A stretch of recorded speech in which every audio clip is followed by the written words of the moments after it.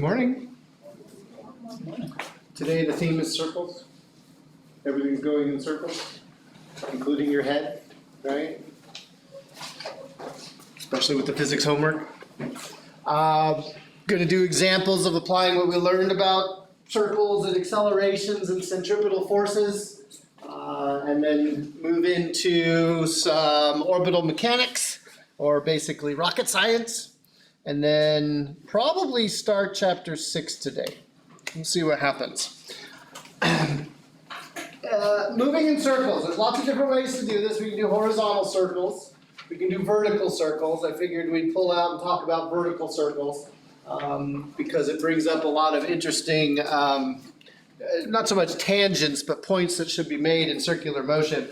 And I mean, you really think of a better example of a vertical circle than a roller coaster?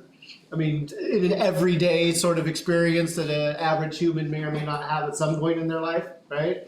I'm guessing not a lot of us are going to be in airplanes that are doing loop-de-loops, right, and that kind of stuff, but this gets us close. So I chose a picture of a modern roller coaster there. That particular roller coaster doesn't have a very circular loop to it though, right? It's got a teardrop shape.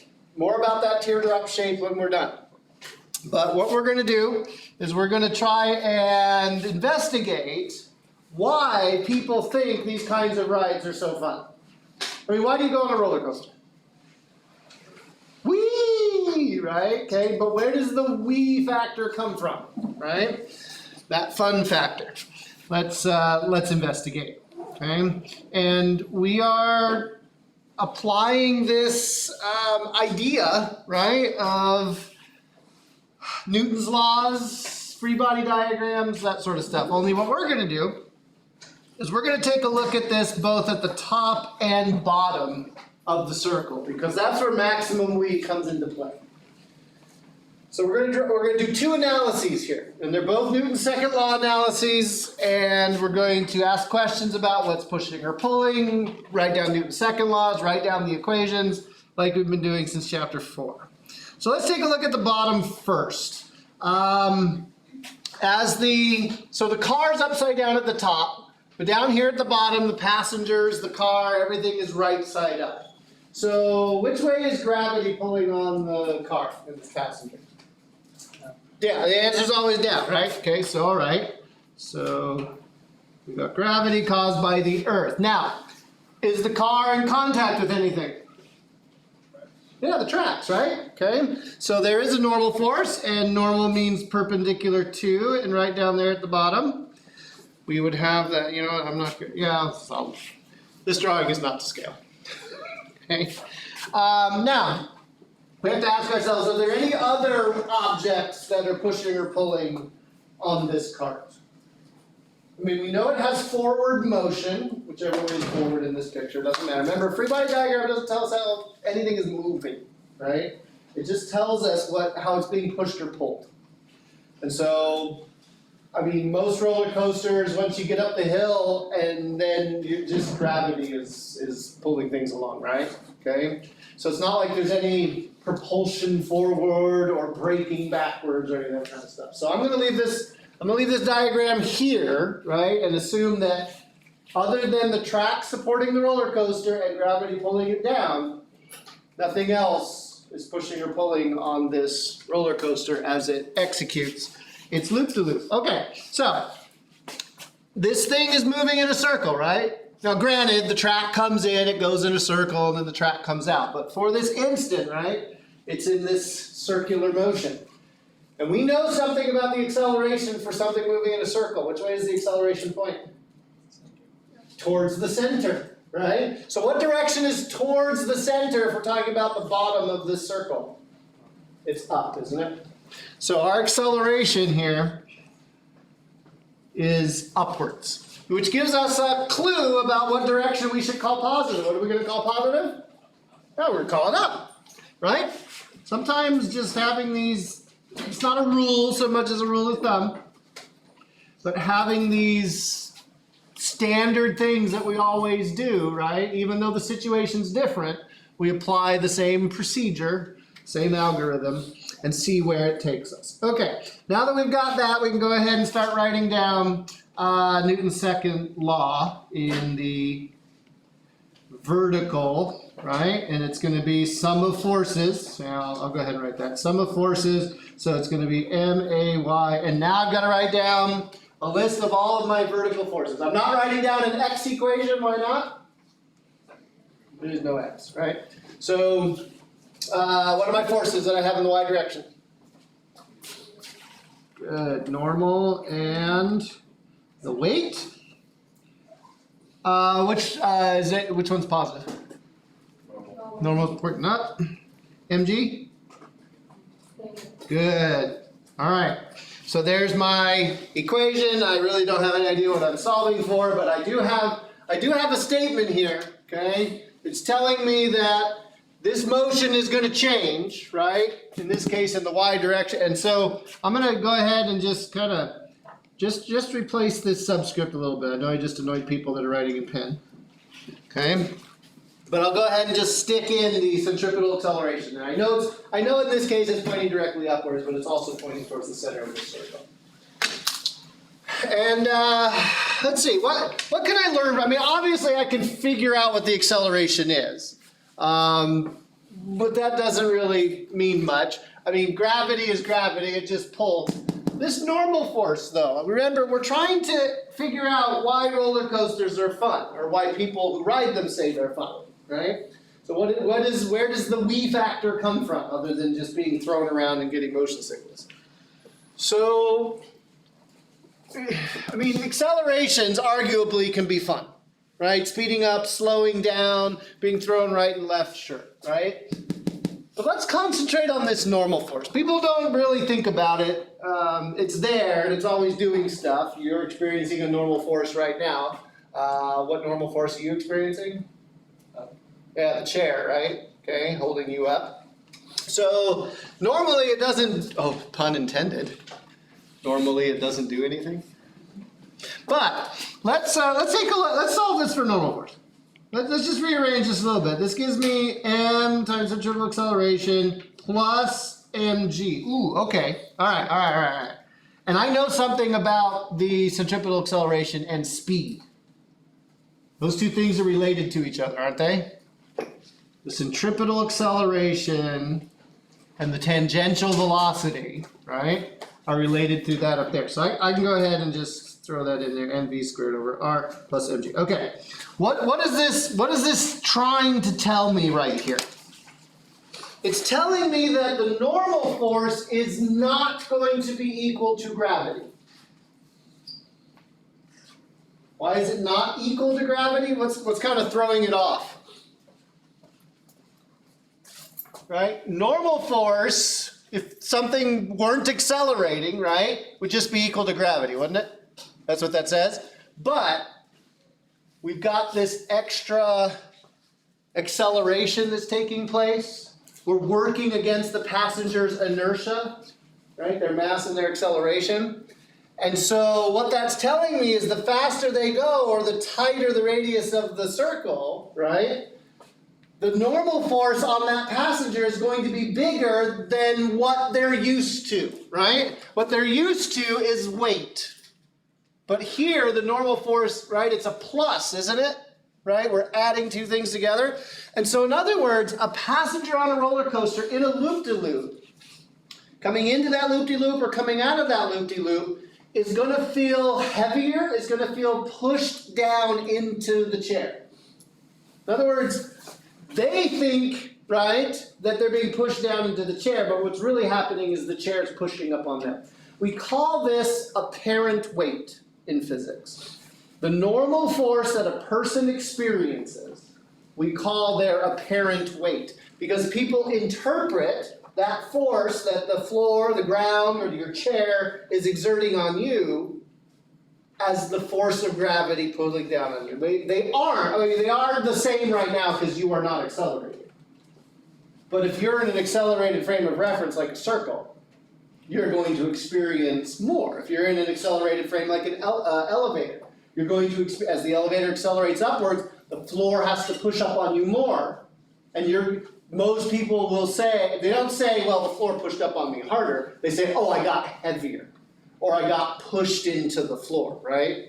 So it's the closest thing that physicists come to a fictitious force, right? Okay? It's apparent weight. It's what people would say their weight is. What they're really trying to tell us is the normal force acting on that. So this is the analysis. I get all that information, right, by looking at Newton's laws, Newton's second law in particular, and solving for one of those. And I could have solved for the speed. No, we'll get to that in a bit. But there's lots of different ways you can take it once you do the analysis. Okay, let's do it at the top now.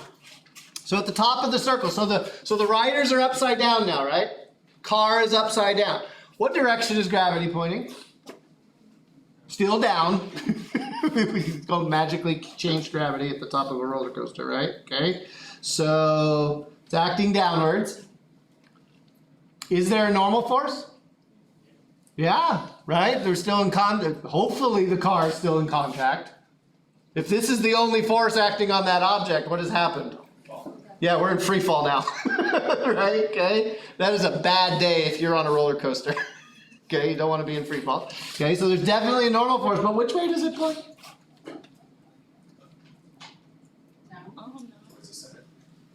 Perpendicular to the surface of contact.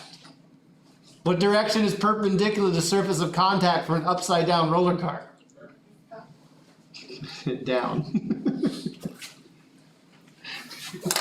This thing, I know it's hard. This car, right, has come on the track down here below, okay, comes around and is on the track, right? So the car, right, on the track. Which way is the track pushing on the car? Down, right? The car's pushing up on the track, but the track's pushing down, right? Perpendicular to the surface of contact, right? Everywhere. Be careful. I think in homework, or maybe you'll see this in some examples if you're looking at other videos online and stuff. Sometimes they'll give a physics problem where like a car goes over, that's a car by the way, goes over a hill, right? And in this case, the hill isn't a triangle, it's a circle, right? Okay.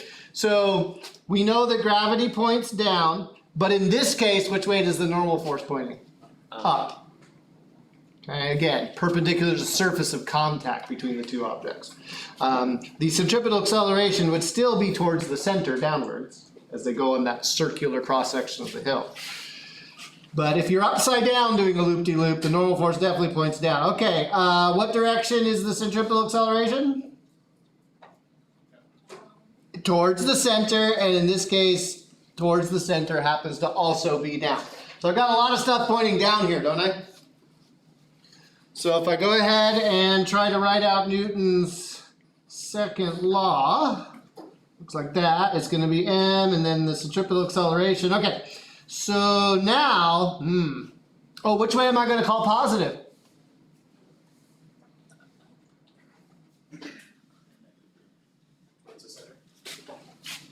Which way is the acceleration pointing? Down. Down. Which way are we going to call positive? Down. Okay. I'm going to show you here in just a second why you want to keep doing this. I know you're fighting it still. Mr. Balogh, up is positive. Give me a second. Okay. So what is that? Okay, so I've got normal and I've got the weight again, right? What direction is the normal force pointing? Positive or negative? Positive. Remember, we're making positive down. Okay? Which way is the weight pointing? Also positive. Whoa. What's going on here? Well, now if I solve for the normal force, I'm going to get mv squared over r, substituting in the centripetal acceleration for v squared over r, right? Minus mg. Okay, lots of things to talk about here.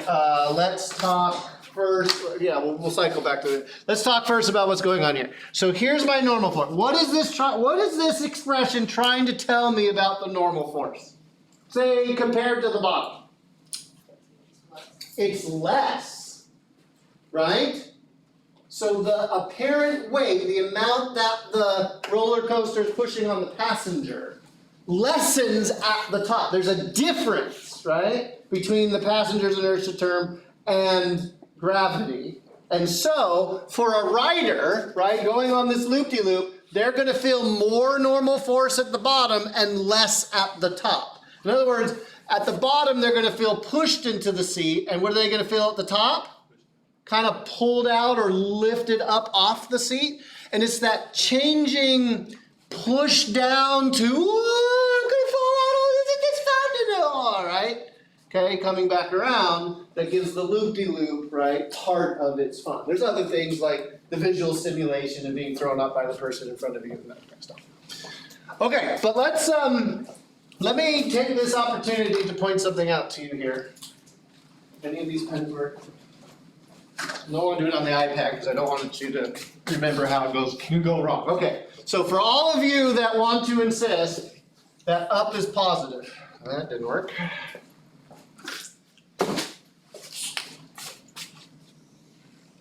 A little bit better. Okay, so here we go, right? Okay, so normal, still down, mg, still down, acceleration, still down, right? Okay, so then you come in here and go, all right, I want to stick to how the universe is put together, Mr. Balogh, and my math teachers told me that positive is always upwards, right? Okay, so now when you go to write Newton's second law, and you write the sum of the forces over here, what would you write? Now, which way is the normal force pointing?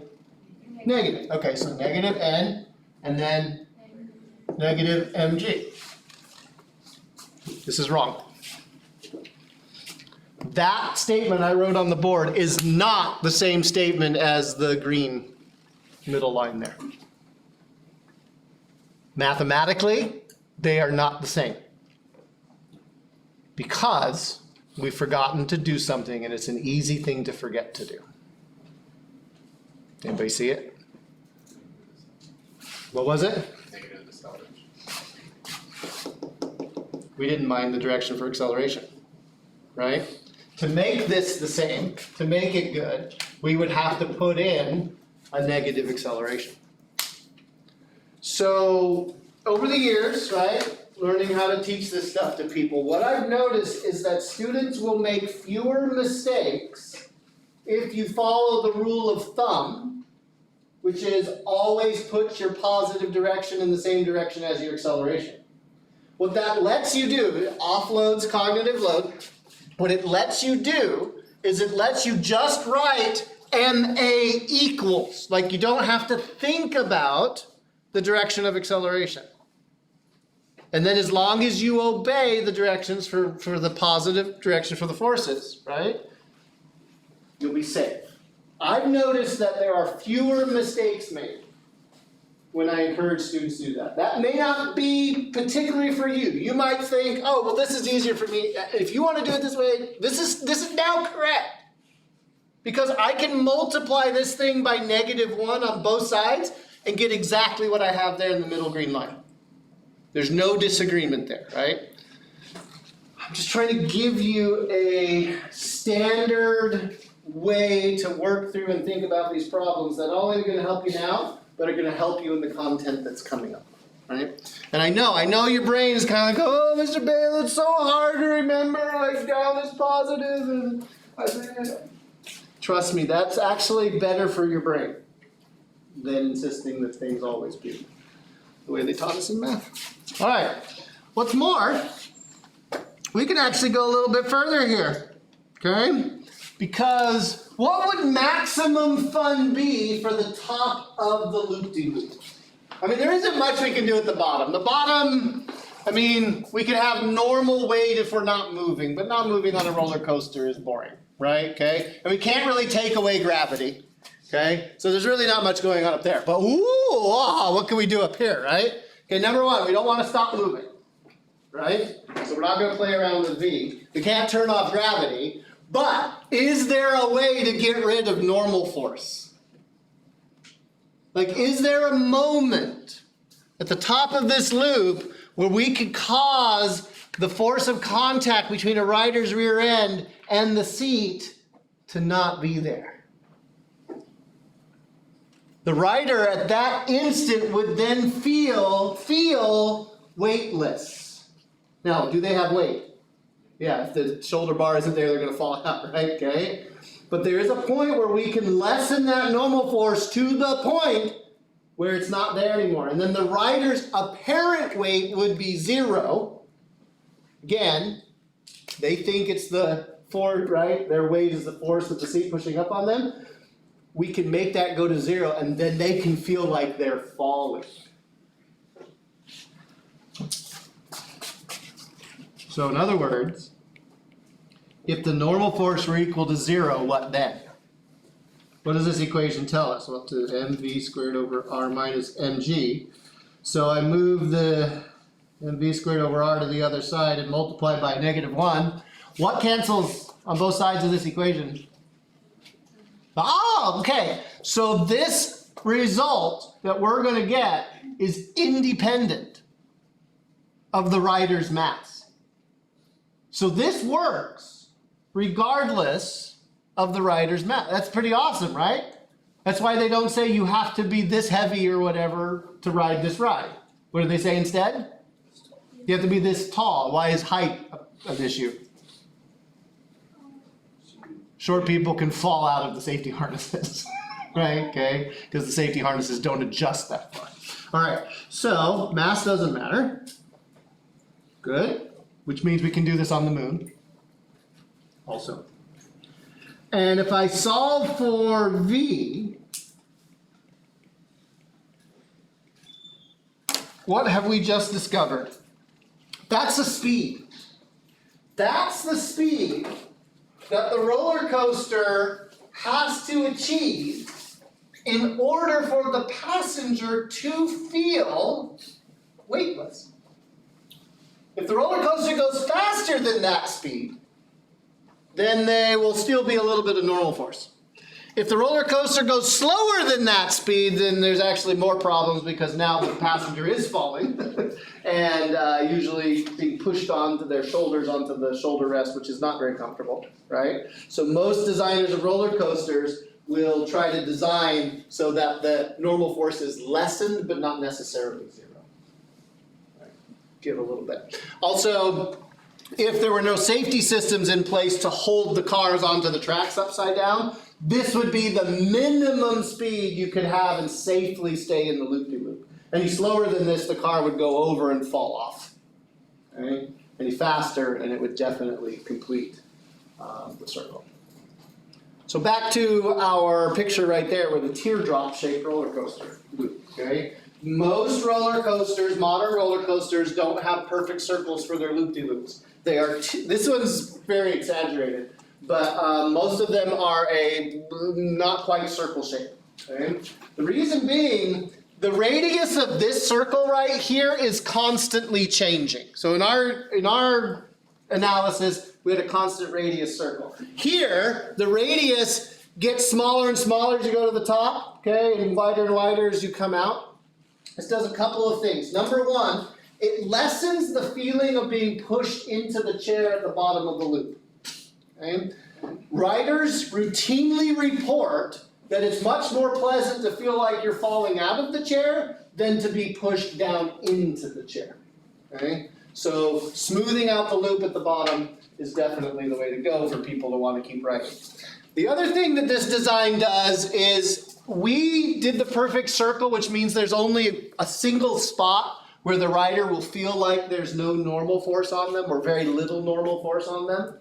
What this shape does is it sort of expands out the arc at the top there where the rider will feel like, woo, I'm weightless, right? I'm going to fall down, I'm going to die. Apparently getting close to death is wee, right? So all of that, right, from an analysis of Newton's second law. I happen to not be an expert in designing roller coasters, but my across the street neighbor growing up was. I knew he was an engineer growing up, but what I didn't know is that he worked on some of the world's best roller coasters. He was working for a roller coaster company out of the Bay Area. I found out in college, I was at community college, and I was watching the History Channel, how it's made. Back before the History Channel went weird and did all aliens and dinosaur lasers and that kind of stuff. And I was watching the History Channel while doing my physics homework, and so it was just kind of on in the background. I really wasn't paying attention. And it was the science of roller coasters or how they build roller coasters or something like that. When all of a sudden, I heard my neighbor's voice. And I thought for all the world that Mr. Streeter had come to the front door or something and was talking to my parents or whatever, right? Okay, so I looked out the windows, nobody was at the front door. I looked at the television, and there's Mr. Streeter talking about roller coasters. I ran across the street, banged on his door. He threw it open. He's like, "What's wrong?" And I said, "You never told me." I told you what? I was like, "That you work on roller coasters." He's like, "Yeah." I was very mad at Mr. Streeter for a while. Anyway, could have learned so much. So much.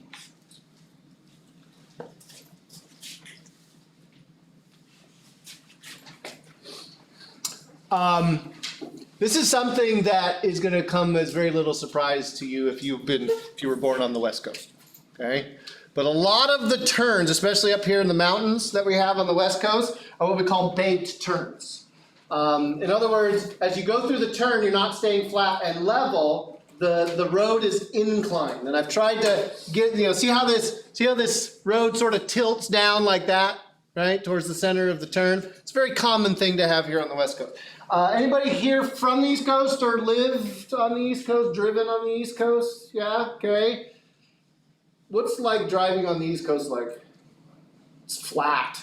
Right? Like everything is not, I mean, like you go drive in Boston and there's like no roads. It's like all the roads are really narrow. But even out in the countryside in New York, Pennsylvania, New Jersey, all these different places, right? The roads are like pretty much just graded flat. The reason being is that those roads were invented before cars were invented, right? And flat wasn't a problem. Why bank a turn? Why have it tilted up, right? Versus having it be perfectly flat? Well, the answer is safety. Aiden?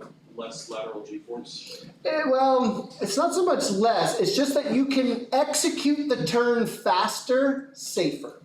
What keeps a car in a turn? It's friction. It's the friction between the tires and the road. Okay? And on a flat surface, friction has to do all the work. But if we tilt the surface, what always exists perpendicular to the surface of contact? A normal force. And if we start tilting the surface, what is the normal force starting to do for us? It's starting to push us towards the center of the circle. So friction doesn't have to be doing all the work. We can start taking advantage of the normal force, right? Keeping a car in a turn. So I was looking for pictures like, give me an example of a banked turn, right? And of course, the internet's giving me all these pictures that I can't use because they were all copyrighted. But I found one, and I had to share it with you. Non-copyright, free, all that kind of stuff. What? When the dang bus. If public transportation was like this, sign me up. Right? I mean, it's a steel frame, but that bus is going like 60 miles an hour, right? And it's not falling over. Okay, we did one. So also with the bank turns, you know how like with static friction, the more pressure you have, the more you have to like build pressure to like break the traction. Would that also be a variable in it? Little bit, yeah. Yeah, we're taking advantage of some of that. Okay.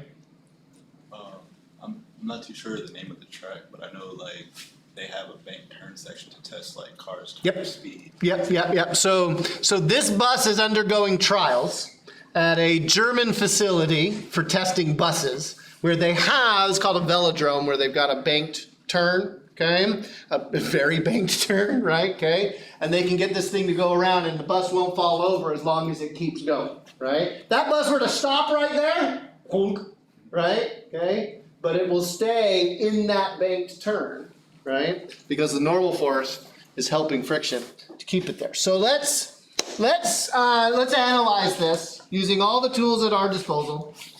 And I'll keep that picture up there to help us ground ourselves in reality. But I'm going to draw our banked turn like this. And you're like, Mr. Balogh, that's an inclined plane. I was like, well, yeah, okay, but every hill, just about every hill in physics is a triangle, unless it's a circle.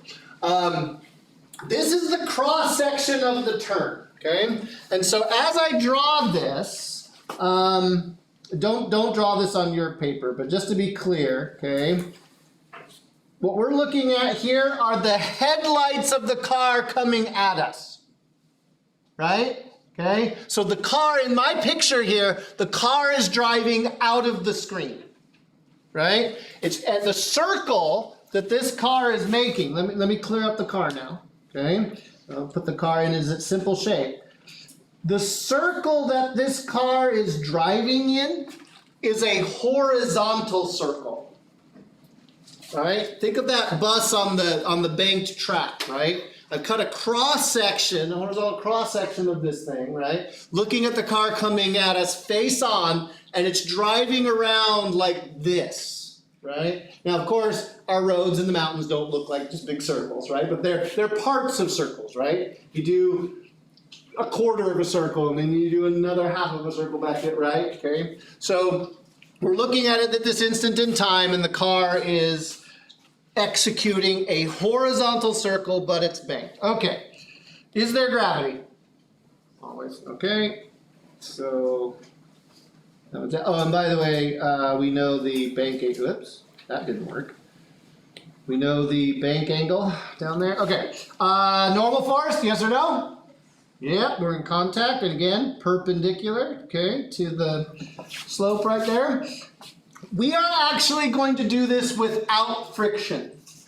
Part of the reason is that the result gets really, really ugly with friction, okay? And we don't want you to drop the class. The second part is that we want to show you that even without friction, it's possible to safely navigate a banked turn. So this makes driving on snow and ice safer, and we'll get to that. So we're gonna pretend like there's no friction on this track, okay?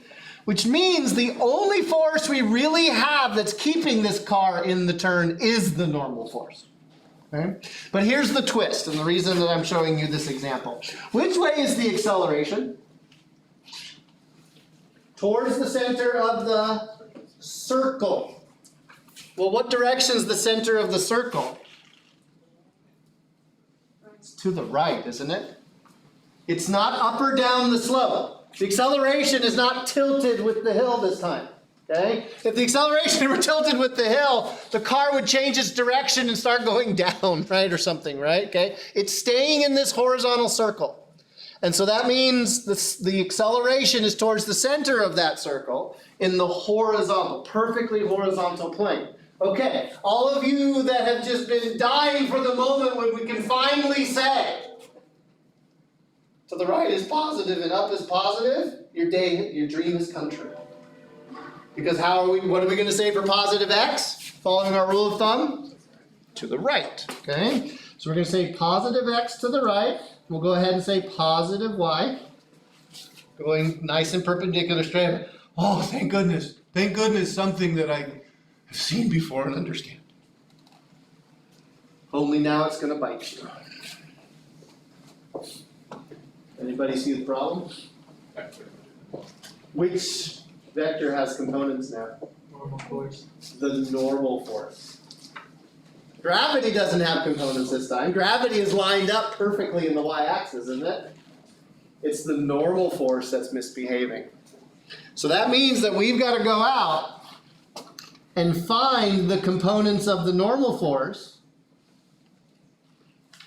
that are pointing the x and y directions. Well, there is one that points towards the center of the turn. I'll call it n sub x. And there's another one that points up this way. We'll call it n sub y. Again, just projecting, right, those components onto my coordinate system. Fancy physics and mathematical language for go find the vector components. Oh, where the heck is this angle?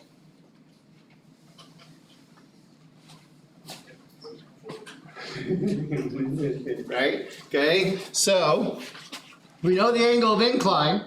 We know that if we were to, well, do you want me to work through it or do you want me to just tell you? Work through it? You want to see it proved? Gluttons for punishment. I love you guys. If I drop something right there, what do we know about this angle? We know it's the same. We've done that geometry before, haven't we? Right? That was number 2 on assignment, lab number 1. Okay, so I don't have to prove that to you. Okay, but there is a rule in geometry that says that alternate interior angles are equal, or if you have crisscrossing lines, you have 2 lines that do that. This angle and this angle are identical. So if I know the angle down there, and I'm looking at the crisscrossing line that's made up by my vector and the vertical axis, right? If I know the angle down inside there, then I know it up inside there. If you would like further proof of that, you can go ask a math teacher, because I could care less. All right, because they're going to start saying something about compasses and theorems and proofs and Euclid, and I lose interest at that point. Okay, so now that we know that the angle is up there, let me go ahead and just kind of, well, I'll leave the bottom one. That's fine. Now I know the angle's up there. NX, sine or cosine? Sine. How did you do that so fast?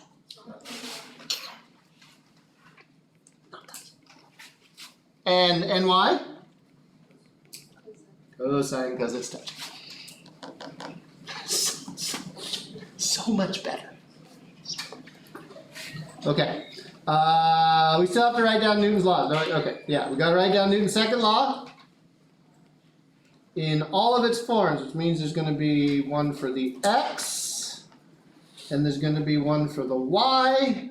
This is a template. I'm not even really thinking. I just know that I have to write this down, and so I might as well just, that's been the same pretty much every time I've written down any of these problems. But now I've got to start turning the crank on my template here in my process, and I've got to write down all the x direction forces. How many forces are there pointing in the x direction on that diagram? There's just one. And it's pretty good because it's pointing in the same direction as the acceleration, isn't it? That makes me happy. So it's just nx, which is n sine theta.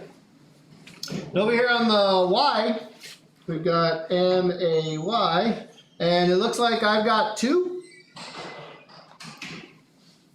Did I get my directions correct for those 2 forces as I wrote them down? Which way is n pointing? Up, positive or negative? Positive. Which way is mg? Oh, looking pretty good. What do we know about the acceleration in the y direction? 0. Again, applying that rule of thumb by saying I'm going to make sure that positive x or positive y points in the same direction as the acceleration means that the other one is automatically 0. So for me saying ax, right, and then making x positive, that means ay is automatically 0, which again helps take off the cognitive load and the mathematical load.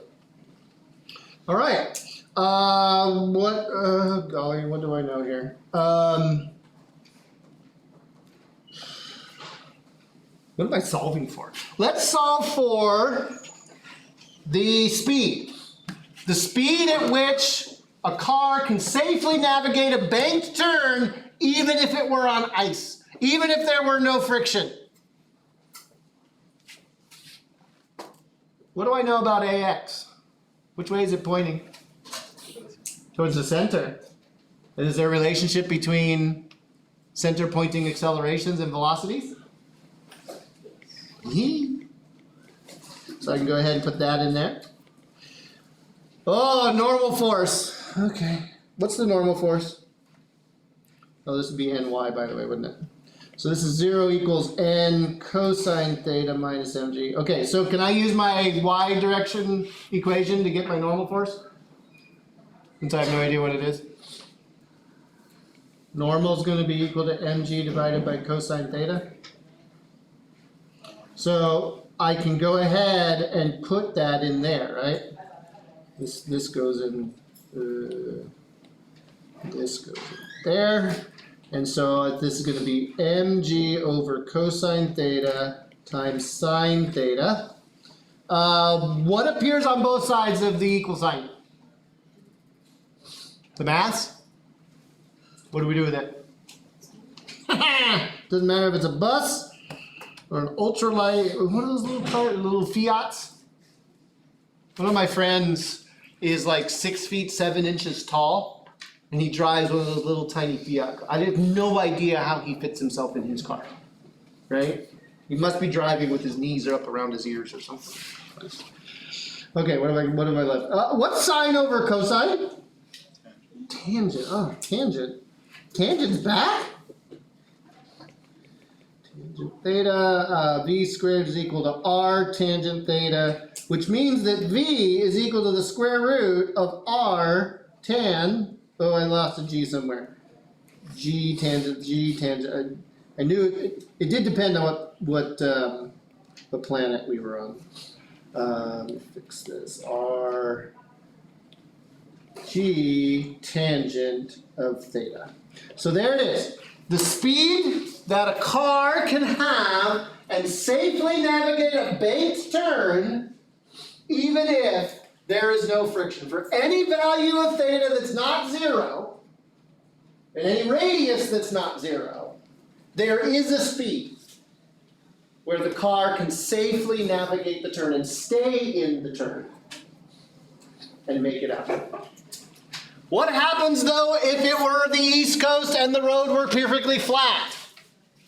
What does the angle become? 0. What's the tangent of 0?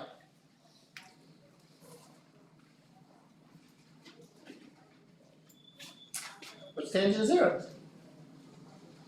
0. Okay. What's the sine of 0?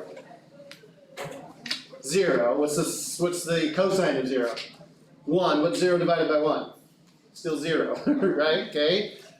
So that means on a flat road, is there any speed you can have and safely turn if the road suddenly goes frictionless? Black ice, it's a killer. Okay. I'm convinced that's why roads on the east have these big ditches on the side. Okay? It's not so much to collect the water as to collect the cars that fall off in the wintertime. So yeah, there you go. You want that speed to be higher, make your radius bigger, or make your bank bigger, right? Make the bank bigger, the bank angle, faster you can go. Pretty amazing stuff to be able to pull out of one equation, ma equals the sum of the forces, right? Okay. But as you no doubt know, Newton's laws, though kind of simple in their expression, very profound and complicated in their application and what we can do with them. And one of the greatest examples of power in knowing how the physical universe works is being able to leave one's planet behind and venture out into the cosmos. Human beings have always been an exploratory species. We can't help but ask the question, what is on the other side of fill in the blank, right? Like, what's on the other side of the pond? What's on the other side of the ocean? What's on the other side of the mountain, right? We just have to go and look. As a species, we're just driven towards it. And the last great physical frontier, more than certainly, is that of space. So I've already talked to you about an orbit. I want to give you a little bit of an animation here, just to help you see, right, that it's really sideways motion that matters, as opposed to getting up. Why is it doing this? Hold on a second. My computer has totally flipped out and insists on playing videos at twice their speed. More than twice their speed. Holy cow.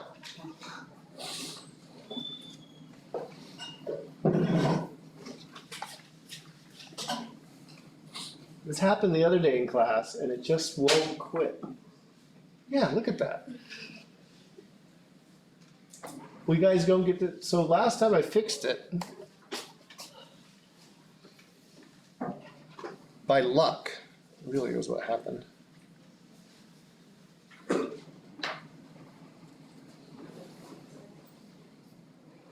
Yeah, no, not gonna work. Anyway, the animation was of a cute little guy shooting a cannonball around the Earth, right? But basically, you have to get going fast enough in order to, sideways, in order for that orbit to make it around. And do you remember what I talked about,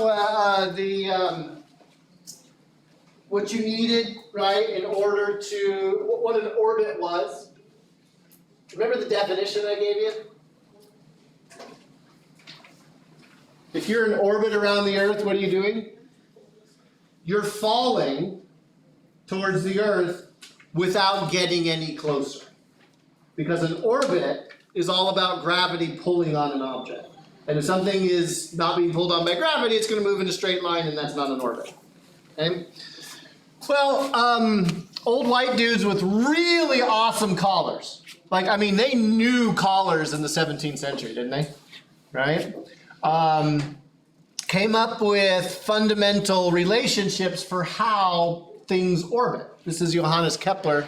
If you ever get a chance to read, like, kind of even just a summary of his story, it reads a little bit like a soap opera. There was death, and there was a theft, and he was the thief. Anyway, it's really kind of cool. And yes. Are you recording? Because I saw you paused it. But I was going to give you a quiz, but my animation failed. So you got saved from a quiz by a failure of animation. I got to figure out what system update has caused my video codec to become hyperactive. Anyway, let's talk about Johannes Kepler and his laws. These are laws that dictate planetary motion, and they were actually developed before Newton. In fact, Newton used Kepler's laws to prove that his laws of motion worked, right? So what are they? So kind of like Newton, the first two of Kepler's laws are ideas. They're conceptual. And then the third law is going to be a mathematical relationship that we're going to be able to sink our teeth in to learn about orbits.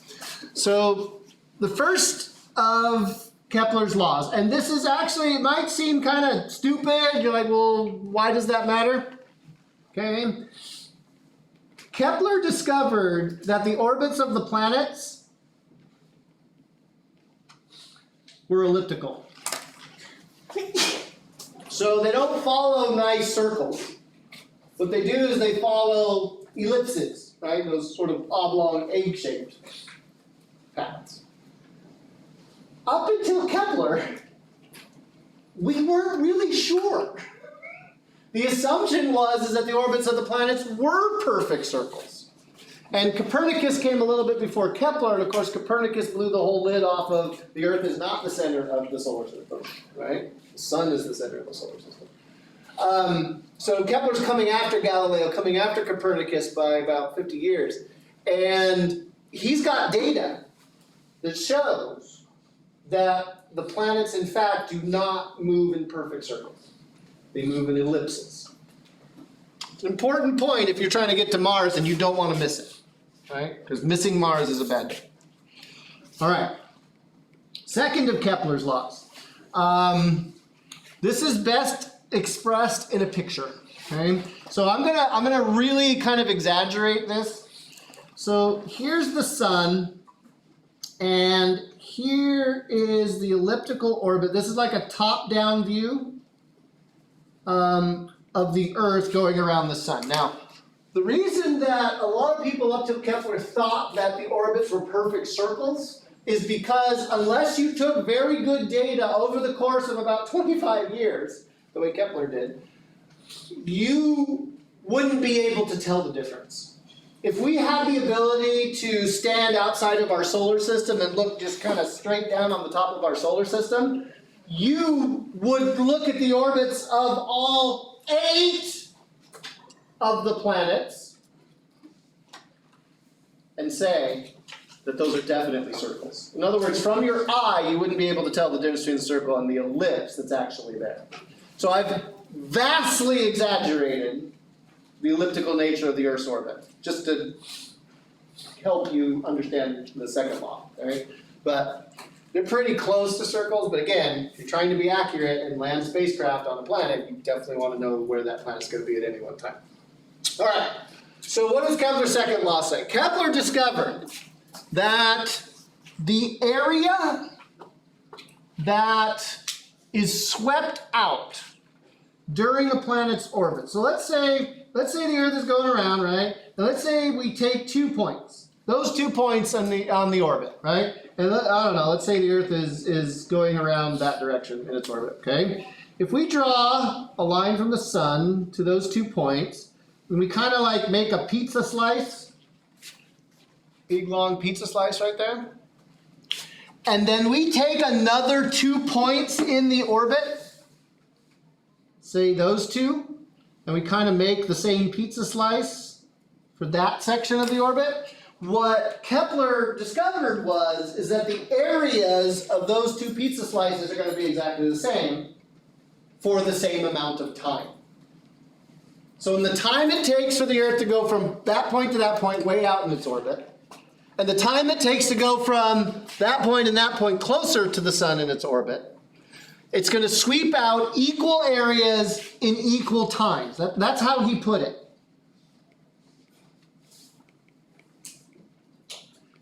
And that's how I remember the second law. Okay? This has an implication, though, for the speed that a planet has while it is orbiting. Can you point and tell me where the planet's moving faster? Which pizza slice? It's the one on the left. Why is it the one on the left? How much more of the circumference of the ellipse does the planet have to travel on the left compared to the right? A lot more, right? There's a lot more distance traveled along that elliptical path than the one that's out here. Okay, it has less distance to travel. And if it's traveling more distance in the same amount of time on the left-hand side than on the right-hand side, what does that mean for the speed that it has? It's moving faster. In other words, orbiting bodies that aren't perfect circles will change their orbital speed. And they'll be fastest when? Closest approach. And where will they be slowest? Furthest distance from the orbiting body. The thing that's being orbited, whether it's the sun or the Earth or whatever, right? The central gravitational body is always at one focus of the ellipse from the orbiting body. So the moon does this around the Earth. We could draw this picture with the Earth where the sun is, and then the moon would be going around. Again, the moon's orbit looks pretty circular, but it's not exactly circular. And that's, again, important if you're trying to land something on the moon. You really don't want to be off by 1%. 1% error, you're going to miss. Okay? So it's important to know these things. And though we haven't studied yet, and we will get to it probably on next week, what Kepler has discovered, and nobody would know it for about 100 years, is conservation of energy. And we'll circle back to that when we've talked about conservation a little bit more. Okay. So, does anybody know when planet Earth is at its closest approach to the sun? What time of year? It is not the summertime. In fact, summertime is when we are our furthest distance from the sun. Why is it so hot? Ah, why is it so hot? Right? It's because we forget to pay the air conditioning bill. We actually achieve closest approach usually in mid-January. That's when we are closest to the sun, okay? And then July-ish, okay, we get our furthest distance from the sun. It's not distance to the sun that determines the seasons. Does anybody know what does determine the seasons? It's the tilt of Earth's rotational axis with respect to its orbital axis. So real quick sidelight, this isn't a part of the curriculum for you guys, but it's important to know, okay? It's not our distance to the sun that matters, which only varies by about, was it like 1 million miles? So I know it sounds like a big number, but when you're 93 million miles away from the sun, it's not that big, okay? Right? What matters is how tilted our Earth's rotational axis is with respect to the axis that it takes around the sun, okay? If our Earth's rotational axis were straight up and down, we would not have seasons. But because it tilts, and I'm exaggerating the tilt, it's about 23 degrees, but I'll exaggerate it, okay? Because our Earth's axis is tilted, it means as it goes around the sun, and that tilt, by the way, stays the same no matter where it is, okay? But notice how if I hold the tilt like this, you guys are the sun, and this is the Earth, and it's tilted like this, right? Notice how, like, if this were a ball, you'd see both sides of the ball equally. Well, as the Earth rotates around you, the sun, oh, not you guys are the Earth now, okay, right? Notice how now the top part of the Earth is pointing towards you. Okay? If I were to come around to the back of the class, you'd see this side. If I went around to that side of the class, you'd see my elbow, right? That maintaining of the Earth's direction in space compared to its orbital plane means that for part of the year, the northern hemisphere is pointed more towards the sun. And then on the opposite side, the northern hemisphere is pointed more away from the sun. Have you ever noticed how the sun feels weaker in the wintertime? Like it just doesn't feel as bright or as hot? Has the sun's energy output changed? No. What's changed is the angle at which the sunlight is hitting you. The sun in the summertime is almost directly overhead. But in the wintertime is like kind of down in the south. It never really quite feels like it gets up, right? And so much like you took a flashlight and shined that can I do it with my phone? Didn't bring a flashlight. Okay. I don't know if can you guys see the white spot that my phone is making on the board? Okay. If I shine it directly on the board, it's circular. As soon as I turn it, what happened to the shape? It got oblong, didn't it? Okay. Same amount of energy is hitting the board. It's just here it's spread out. And if you spread the same amount of energy over a bigger area, you reduce the power output, the power that is felt, okay? And that's what causes the seasons. It's that variation in the power of the sun's energy striking the surface of the earth based on the angle that the sunlight makes with respect to the surface that causes the season. And now you know. Go correct the record. It's not how far away or close we are. Okay, where are we? Kepler's third law. It's scary. It's scary. So don't panic. Okay. Yeah, this is how you correct it. Kepler discovered that the time it takes for a planet to orbit the sun is a function of its distance from the sun. Now, what I'm about to write down for you does assume a perfect circle. So we're not going to make you do the math of ellipses, okay? So we're going to cheat a little bit and pretend like all the planets orbit in a circle, okay? It does depend on in other words, the further away from the sun you go, the longer it takes the planet to go around the sun. Makes kind of sense, right? Well, it's equal to 2 pi all over the square root of big G big M times r to the 3/2.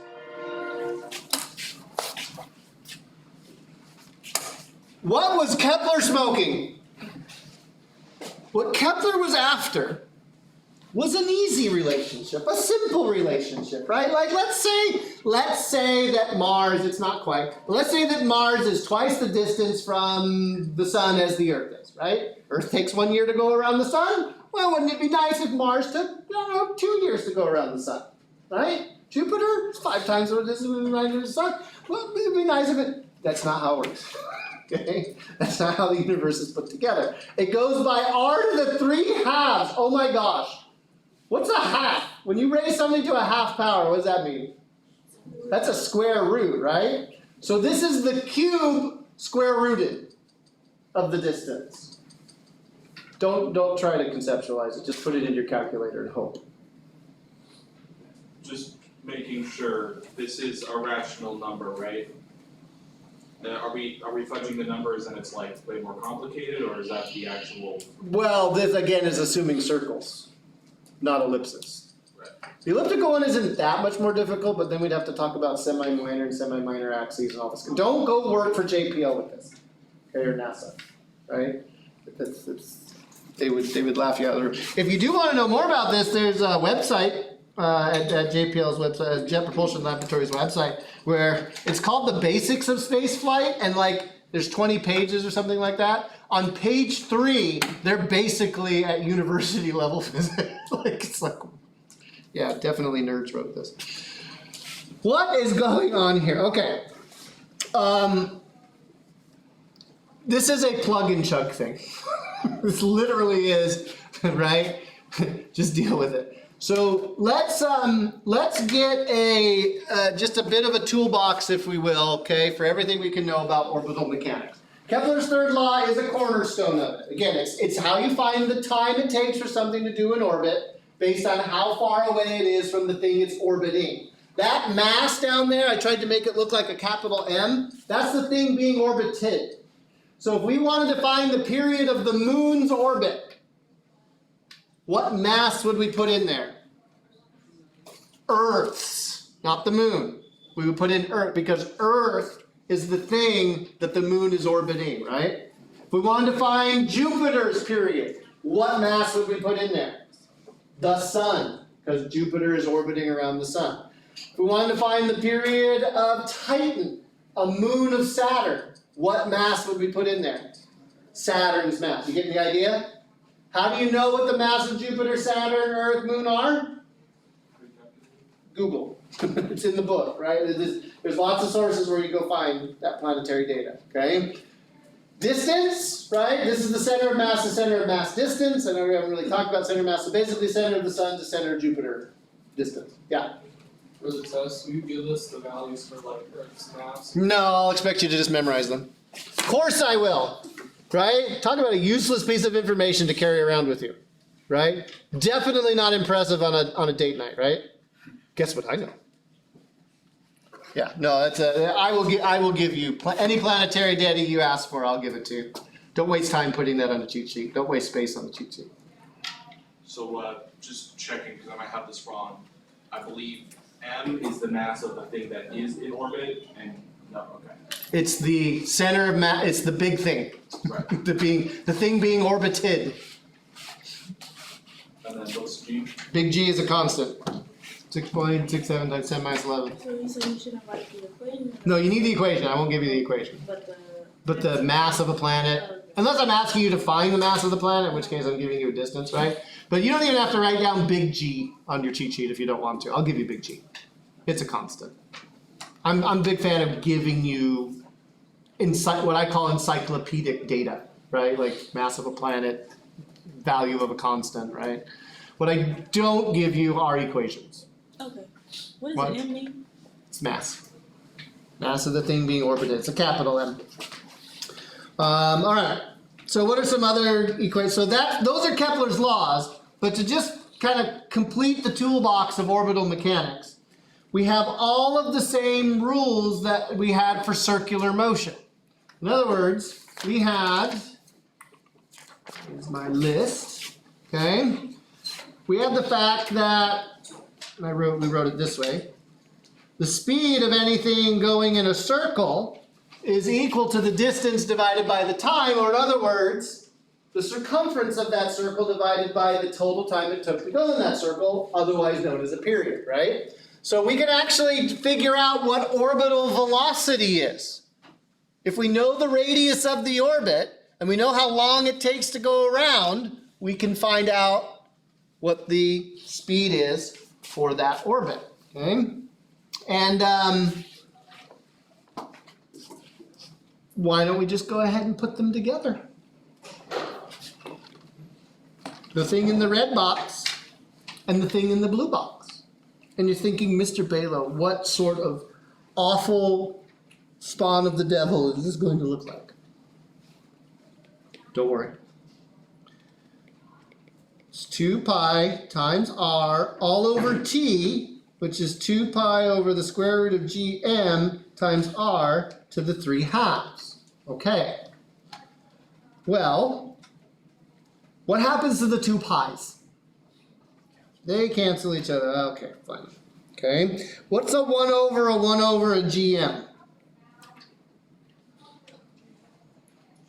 is GM, in this case, square root of GM, right? Okay, so it's the square root, so the square root of GM ends up on the numerator, because it's 1 over a thingy. And then what's R all over R to the 3 halves? Okay, so basically R over R to the 3 halves is the same as R times R to the negative 3 halves. And an R can be written as 2 over 2, right? That's still R to the 1, isn't it? So what's 2 minus 3? What's 2 over 2 minus 3 over 2? Negative 1 over 2, isn't it? R to the negative 1 over 2. And what is a negative 1 over 2? It's 1 over the square root of R, isn't it? And since we already have a square root in there, we'll just keep it inside the square root.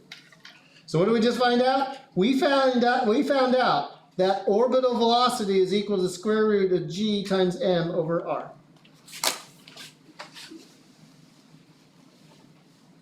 We used Kepler's third law, and what we knew about circular motion, and we fused them together to get the speed that something needs to have in order to stay in orbit. Now there's lots of conclusions to draw from this. First of all, right, you need to be going sideways quite fast. Orbital velocity for like the International Space Station is about 7,000 meters per second. What m do you put in there if we want to calculate the orbital velocity of the International Space Station? The Earth's mass, not the space station. Doesn't matter.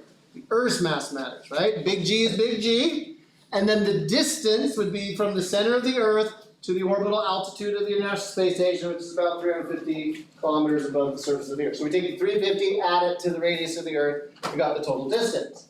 And we get about 7,000. But, interestingly enough, the further away we get from planet Earth, what happens to this orbital velocity? If r gets bigger over there in the denominator, what happens to the v?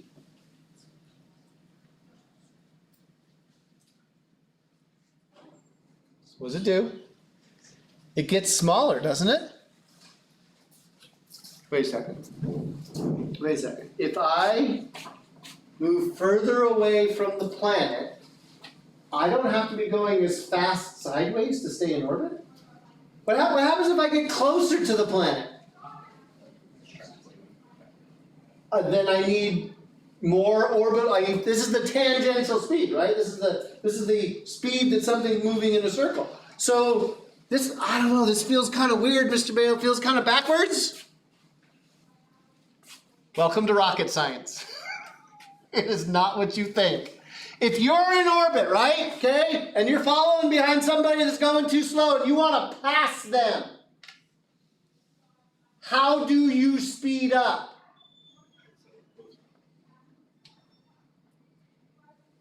Which way do you go to get more orbital speed? Down. You go down.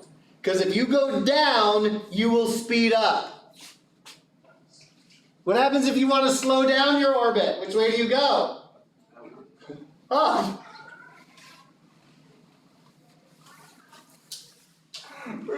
Orbital mechanics does bad things to your brain. It really does. And there's a lot more goofiness. Okay? If you end up speeding up, you end up dropping down. If you end up hitting the brakes, you end up going up. Okay? And we won't even talk about what happens if you try to go sideways. Okay? So yeah, it's fun times. It's fun times.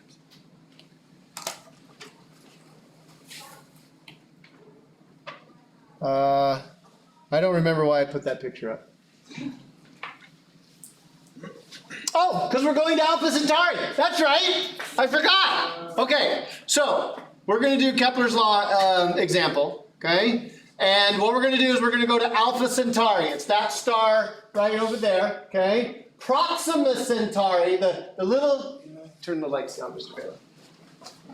There's a really faint dot inside of that square that they're trying to show you here, okay? Proxima Centauri, this faint dot right there, which is not even, can be seen in that square up there. That's the closest star to planet Earth. It is 4.4 light years away. In other words, light, the fastest thing in the universe, takes 4 years to get there. The fastest known human-made object would take about 30,000 years to get there. How far away is Proxima Centauri? Far. Okay? And it's the closest. Okay. Proxima Centauri is that star. But there are other stars in the constellation, as it were, okay? There's Alpha and Beta Centauri. Beta Centauri is boring. Let's look at Alpha Centauri. Because Alpha Centauri, okay, consists of 2 stars, okay, and known exoplanets. What's an exoplanet? It's a planet outside of our solar system. Oh, and since I mentioned it, we might as well talk about it, get it off of our chest, okay? Pluto.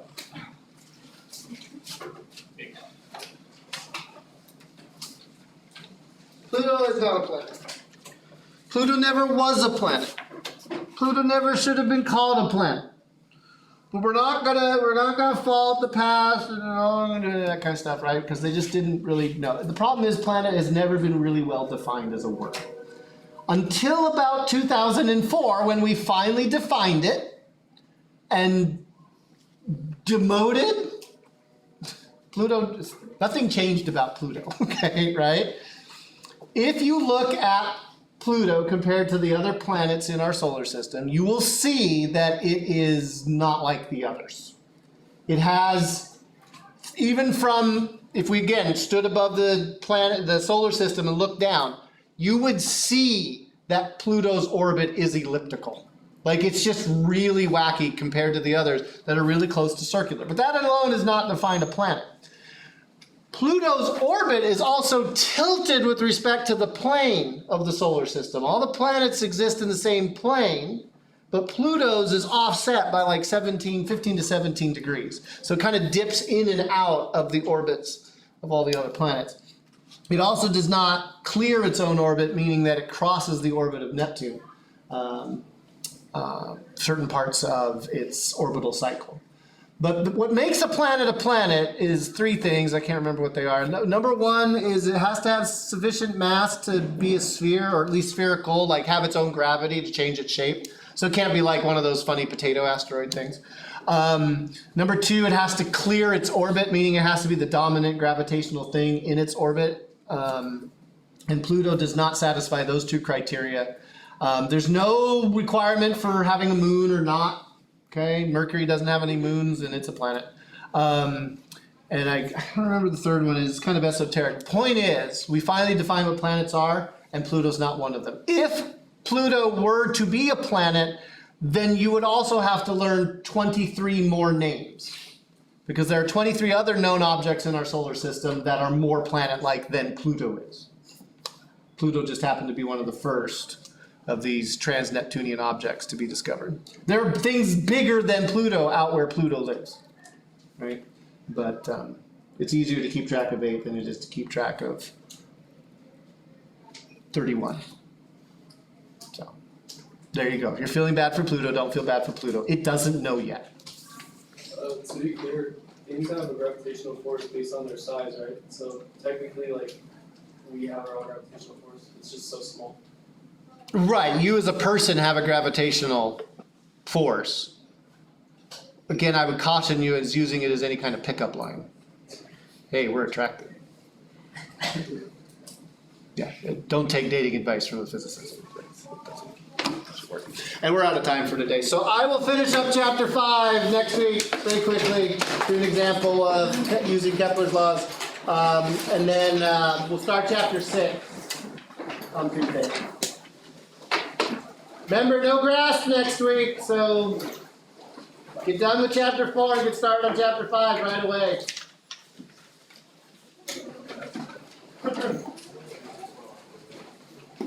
There is grass tomorrow.